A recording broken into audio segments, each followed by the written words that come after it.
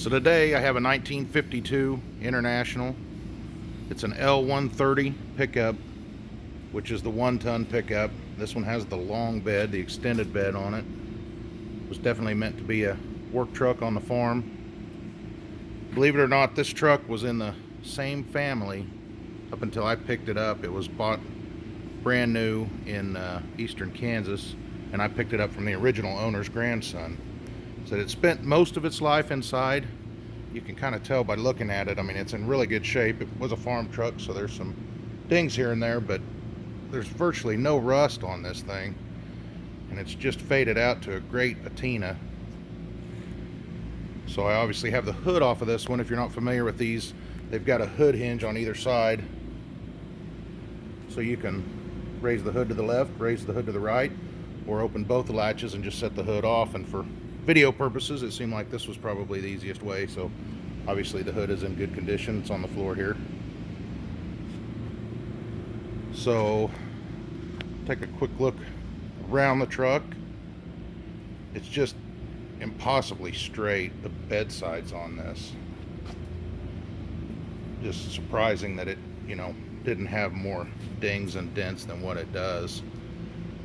The tailgate's in pretty good shape. I think they actually used this one for seed wheat, so they had kind of sealed the inside of the bed around the edges so the seed wouldn't get out, and they put the tip tops on it so it could hold a little more seed. But even the bed, most of these old beds are wavy and rusty, and this one is just really straight. The top of the cab is straight as well. A little bit of repair on the back of the right side fender, but it is just a neat old truck. And you could kind of tell, the odometer shows 2,000 miles, 32,000. You could kind of tell the way the doors open and close. Nice and solid. That's probably the right mileage. I'm sure it is. I can't verify that. The floorboards are rock solid.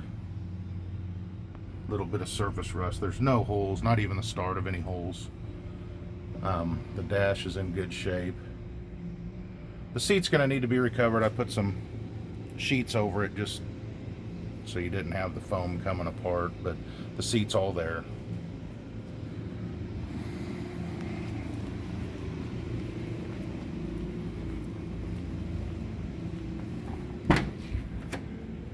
Same thing on this side on the floors. They're in excellent condition. Here's the odometer.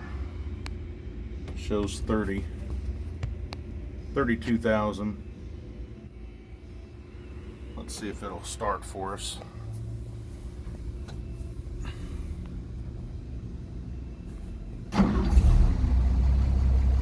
It is a little cold-blooded. I did have it started to warm up just a bit before I started it in this video. It's kind of hard to run a choke and try to start with one hand. So you can see it's got an idle and a run, and it's in the run section on oil pressure, even at an idle. I believe all the gauges work except the gas gauge. Those are your controls for your wiper lights. Choke and throttle. I know the choke works. I haven't really messed with the rest of them. The brakes, the handbrake does work somewhat. The master cylinder needs to be replaced. It does not have any brakes, so that's going to need some attention. As far as the engine goes, it runs excellent. If you can see on the fuel pump, it is leaking a little bit of gas. That's going to need some attention. Typical things on these old trucks. But it just purrs like a kitten. It starts nice, other than being a little cold-blooded.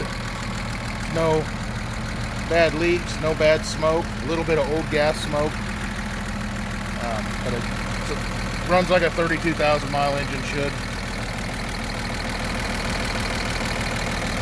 It is a positive ground system, which is a little unusual. We did bypass the heater hoses were leaking, so we just bypassed them. I don't believe there's anything wrong with the heater core in it. I don't know for sure, but I don't believe there is. Really just quick and easy to run a bypass hose there. So everything appears to work like it should. Like I said, I haven't messed with the lights or anything like that, and the brakes will need some work, but This is just a wonderful project truck, something you can hop in and drive while you're restoring, as soon as you fix the brakes, obviously. But just a wonderful old truck, 1952 International.